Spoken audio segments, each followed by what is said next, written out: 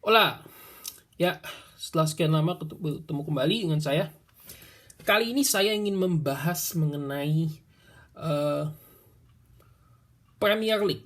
Jadi Premier League sudah mulai kembali pada sebenarnya kalau lebih tepatnya itu hari Jumat kemarin, diawali dengan Arsenal melawan Crystal Palace, di mana Arsenal mengalahkan Crystal Palace dengan skor 2-0. Kemudian pada malam Minggu kemarin, tepatnya Sabtu waktu setempat itu sudah juga mulai sebagian besar pertandingan-pertandingan. Tim-tim besar kurang lebih sudah pada bermain, hanya Manchester City dan Manchester United saja yang belum bermain. Hanya MU dan City yang belum bermain. Di mana Liverpool secara mengejutkan ditahan imbang oleh Fulham dengan skor 2-2, which is Fulham ini merupakan klub promosi. Jadi mereka tuh baru masuk Liga Inggris. Jadi di musim kemarin mereka tuh nggak ada di kasta teratas Liga Inggris, which is adalah Premier League itu sendiri. Jadi Fulham menahan imbang Liverpool dengan skor 2-2. Kemudian Tottenham Hotspur juga mengawali musim dengan baik ya, dengan Antonio Conte-nya, di mana Antonio Conte ini memiliki rekor yang bagus sebagai pelatih. Dia biasanya kalau dia mendarat di suatu klub yang punya financial yang bagus, yang cukup bagus istilahnya, itu bisa membawa gelar juara liga biasanya bersama Chelsea, bersama Juventus dan juga Inter Milan. Terakhir Inter Milan, pertama Juventus dulu. Di mana Antonio Conte ini mengawali dominasinya mengawali dominasi Juventus selama 9 musim beruntun sebelum diakhiri oleh Inter. Di mana saat dia melatih Inter, Inter berhasil mengakhiri dominasi Juve. Jadi Antonio Conte yang memulai dominasi Juve, Antonio Conte sendiri yang mengakhiri dominasi Juve tersebut. Kemudian Chelsea. Saat ke Chelsea, Chelsea musim sebelumnya berada di posisi 10. Saat Antonio Conte masuk, langsung berhasil menjadi juara liga. Terlepas mereka memang tidak bermain di kompetisi Eropa manapun saat itu, sehingga menguntungkan Chelsea, sehingga Chelsea bisa lebih mudah berkonsentrasi di kompetisi Premier League. Namun ini menunjukkan betapa seberapa bagusnya seorang Antonio Conte, di mana dia tim-tim yang dia latihnya itu selalu bisa menjadi juara liga. Tim-tim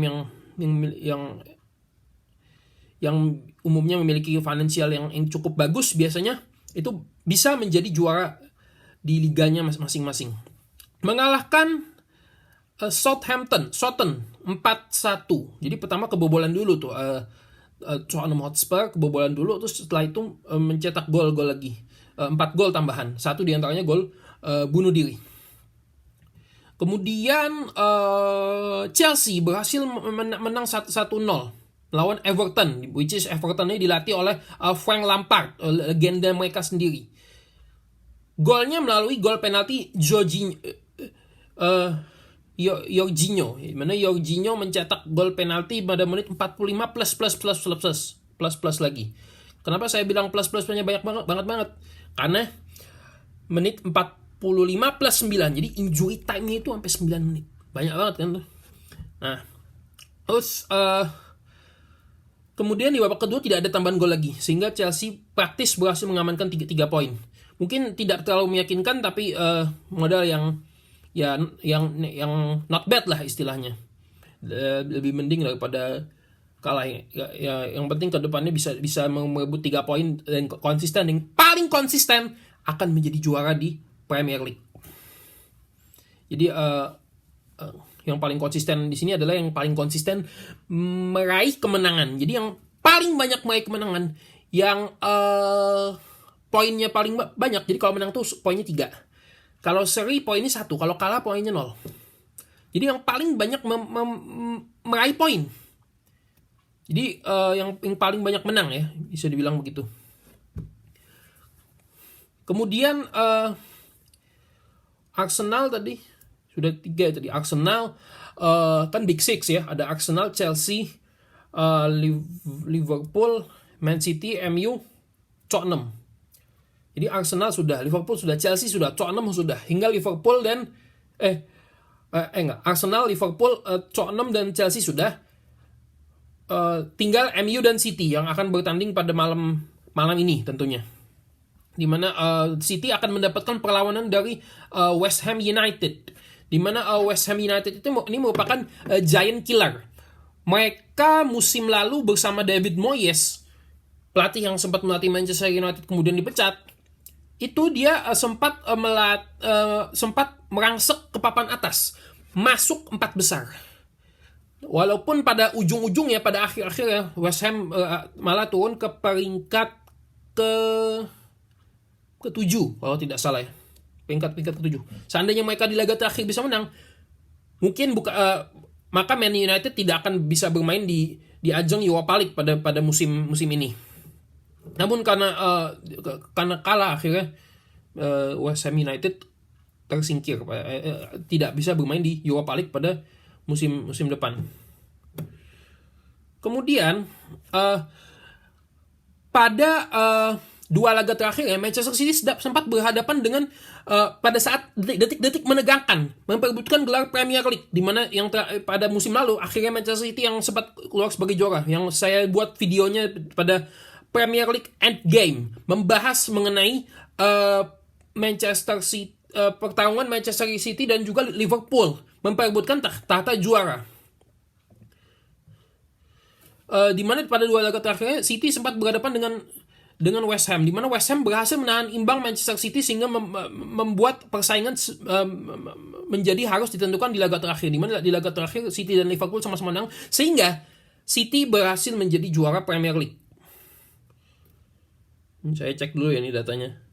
West Ham ya. West Ham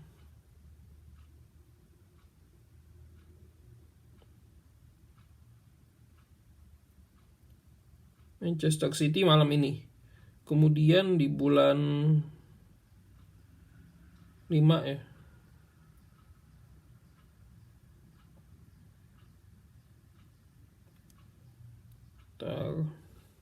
Ya, kurang lebih seperti itu.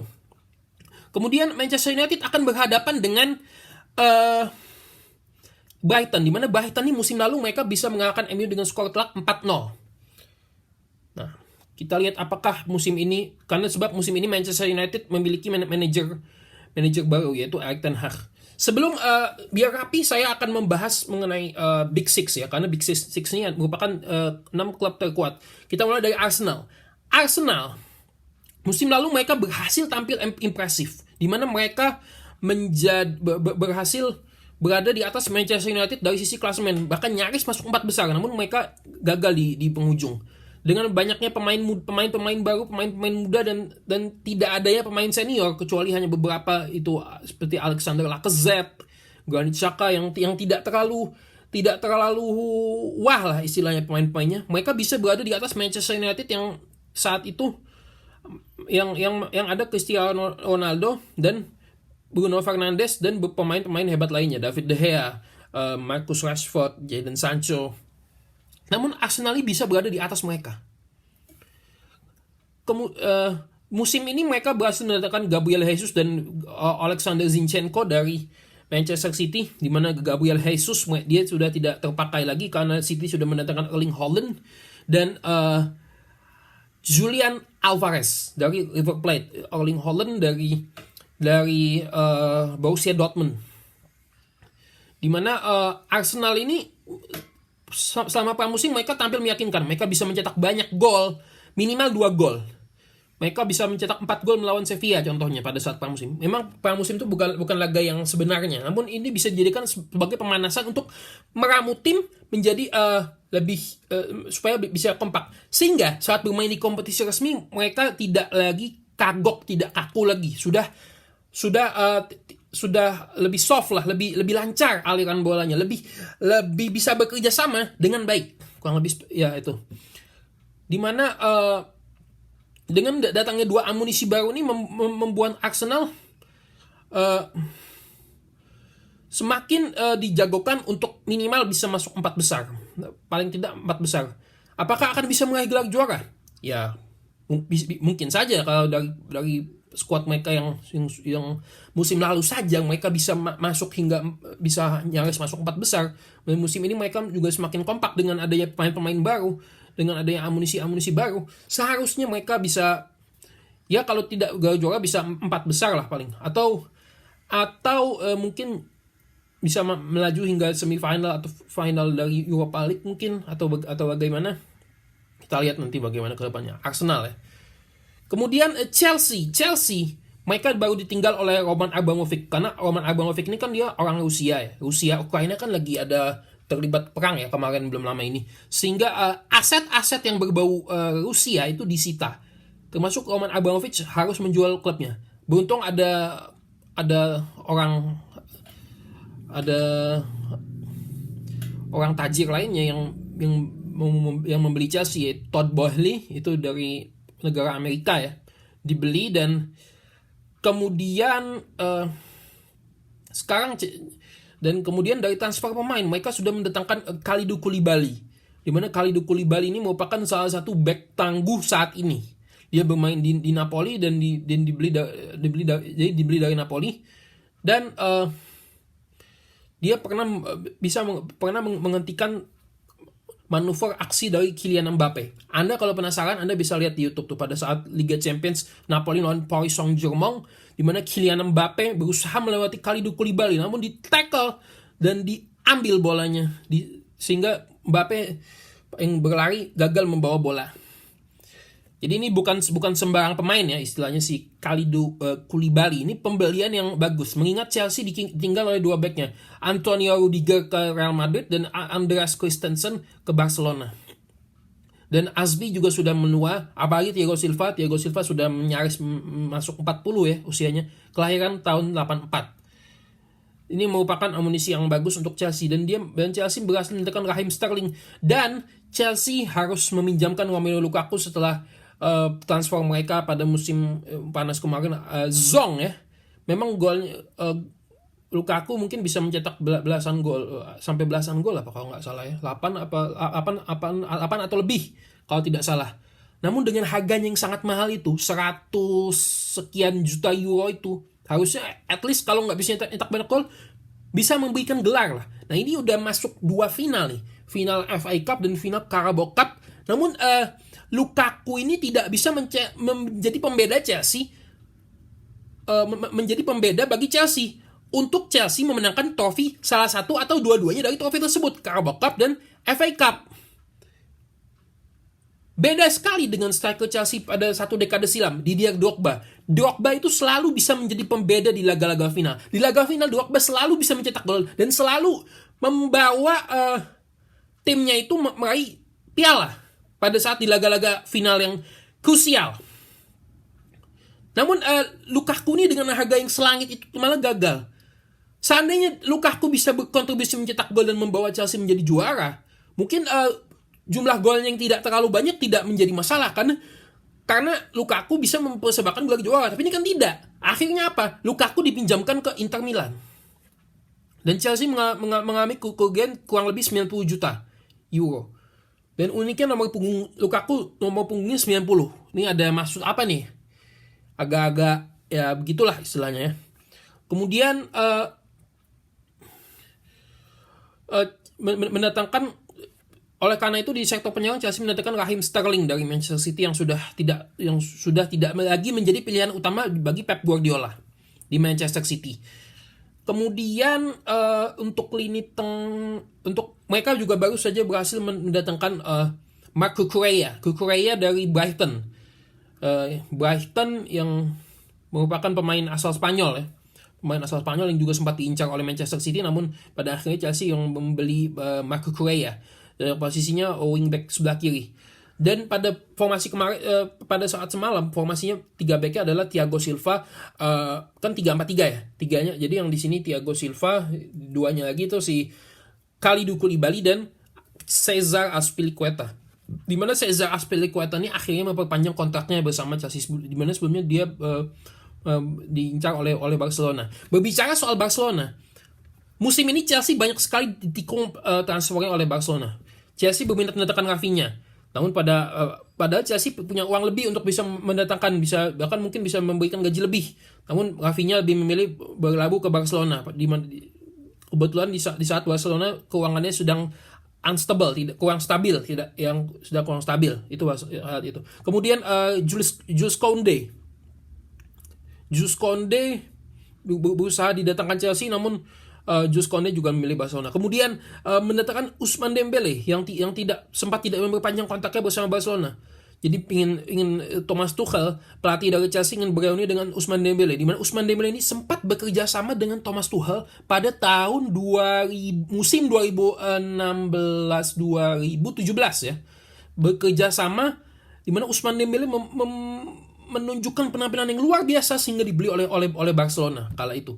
Namun yang terjadi, Ousmane Dembélé justru memperpanjang kontrak. Jadi Chelsea banyak ditikung oleh Barcelona dalam transfer pemain. Beruntungnya Azpilicueta tidak jadi berlabuh ke Barcelona dan menekan kontrak baru bersama Chelsea. Karena kalau tidak lini pertahanan Chelsea akan agak-agak kropos istilahnya.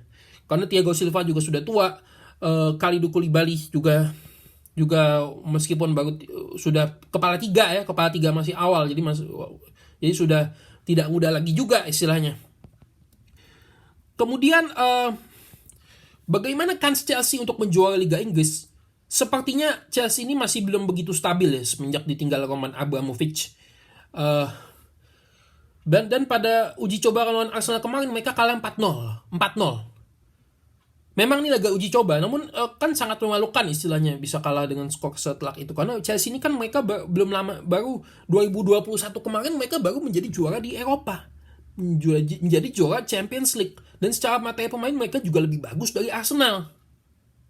Jadi sepertinya kans Chelsea dan Arsenal untuk menjuarai Premier League agak susah. Ya.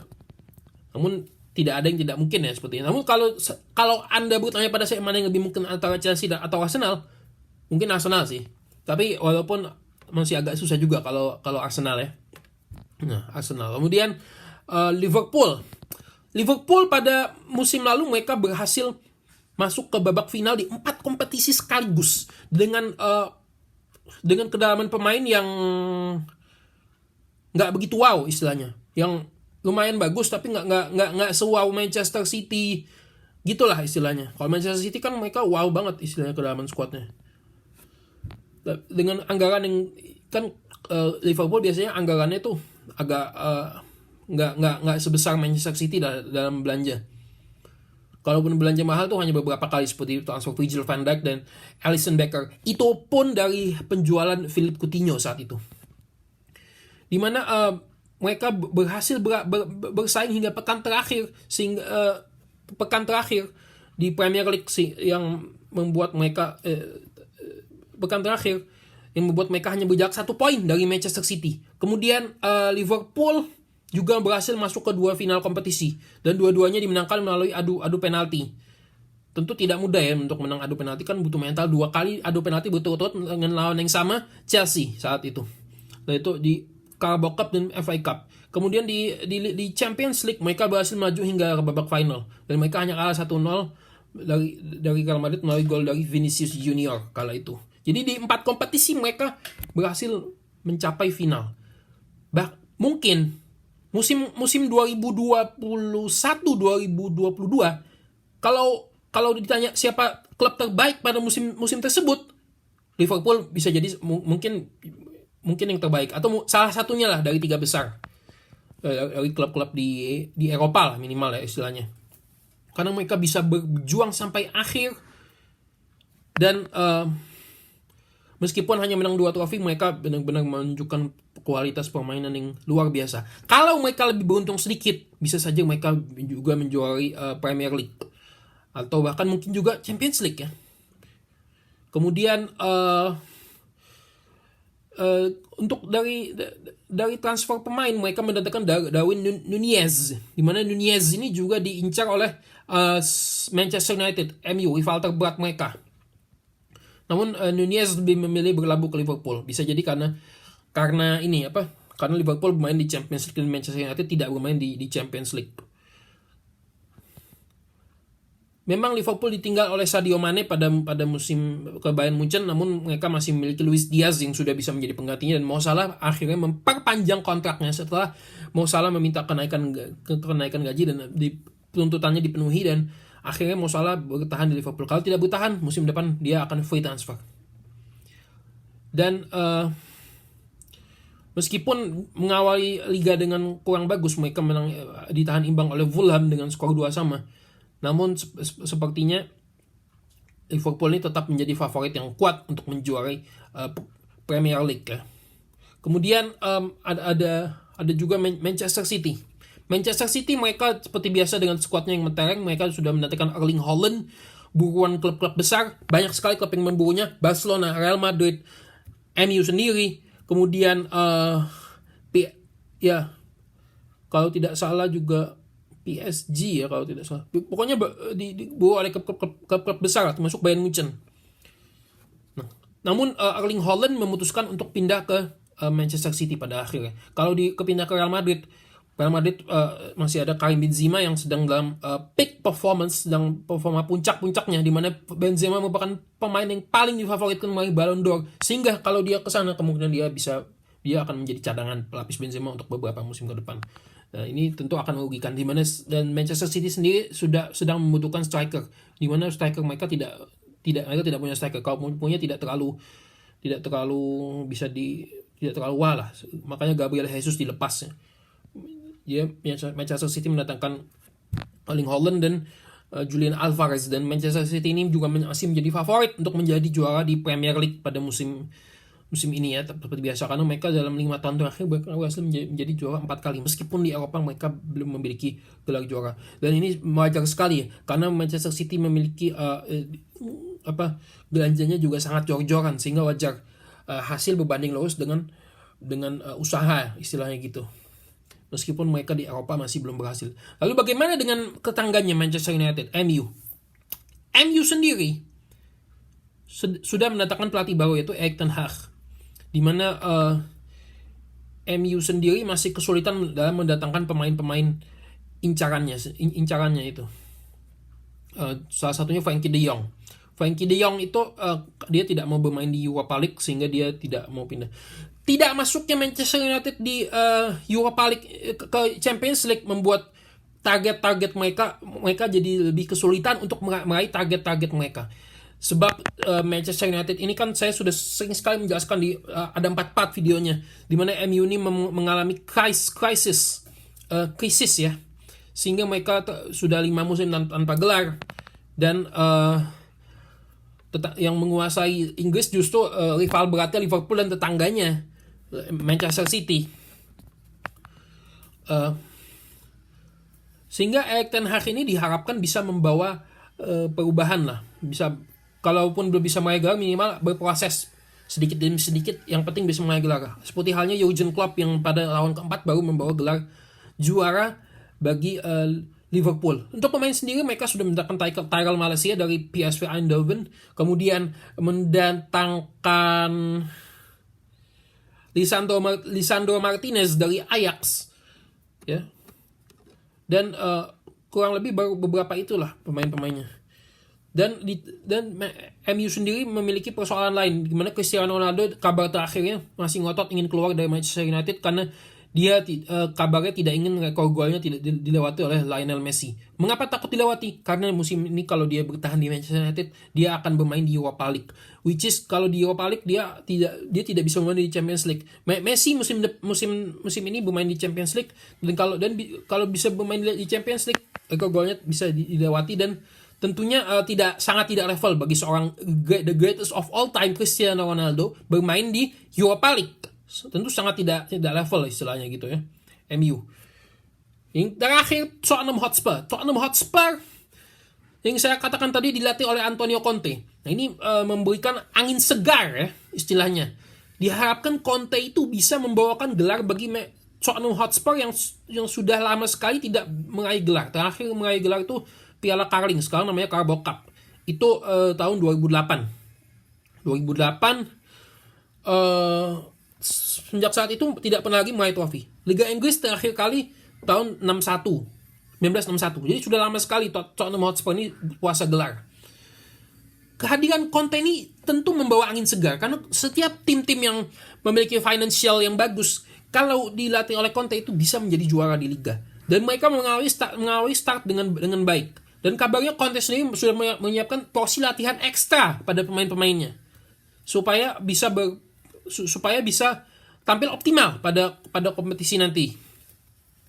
Dan uniknya Antonio Conte ini berhasil mengalahkan Tottenham Hotspur ini berhasil mengalahkan Manchester City sebanyak 2 kali. 2 kali Manchester City dikalahkan. Ini sangat unik.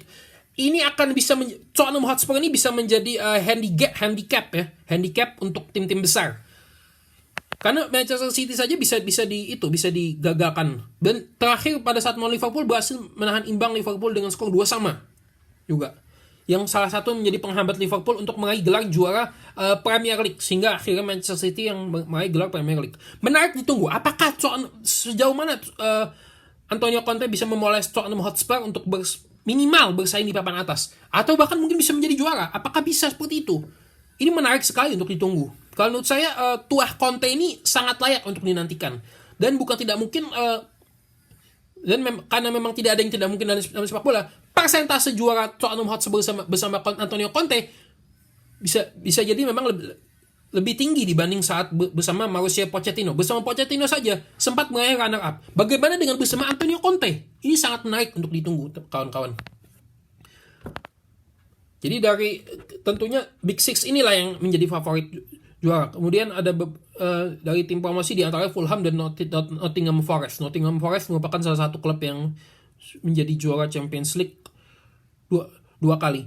Ini baru pekan pertama. Kita lihat bagaimana yang akan terjadi ke depan. Tuliskan komentar Anda di bawah ini. Bagaimana prediksi Anda mengenai jalannya Premier League. Siapa yang Anda favoritkan untuk menjadi juara? Oke? Ciao.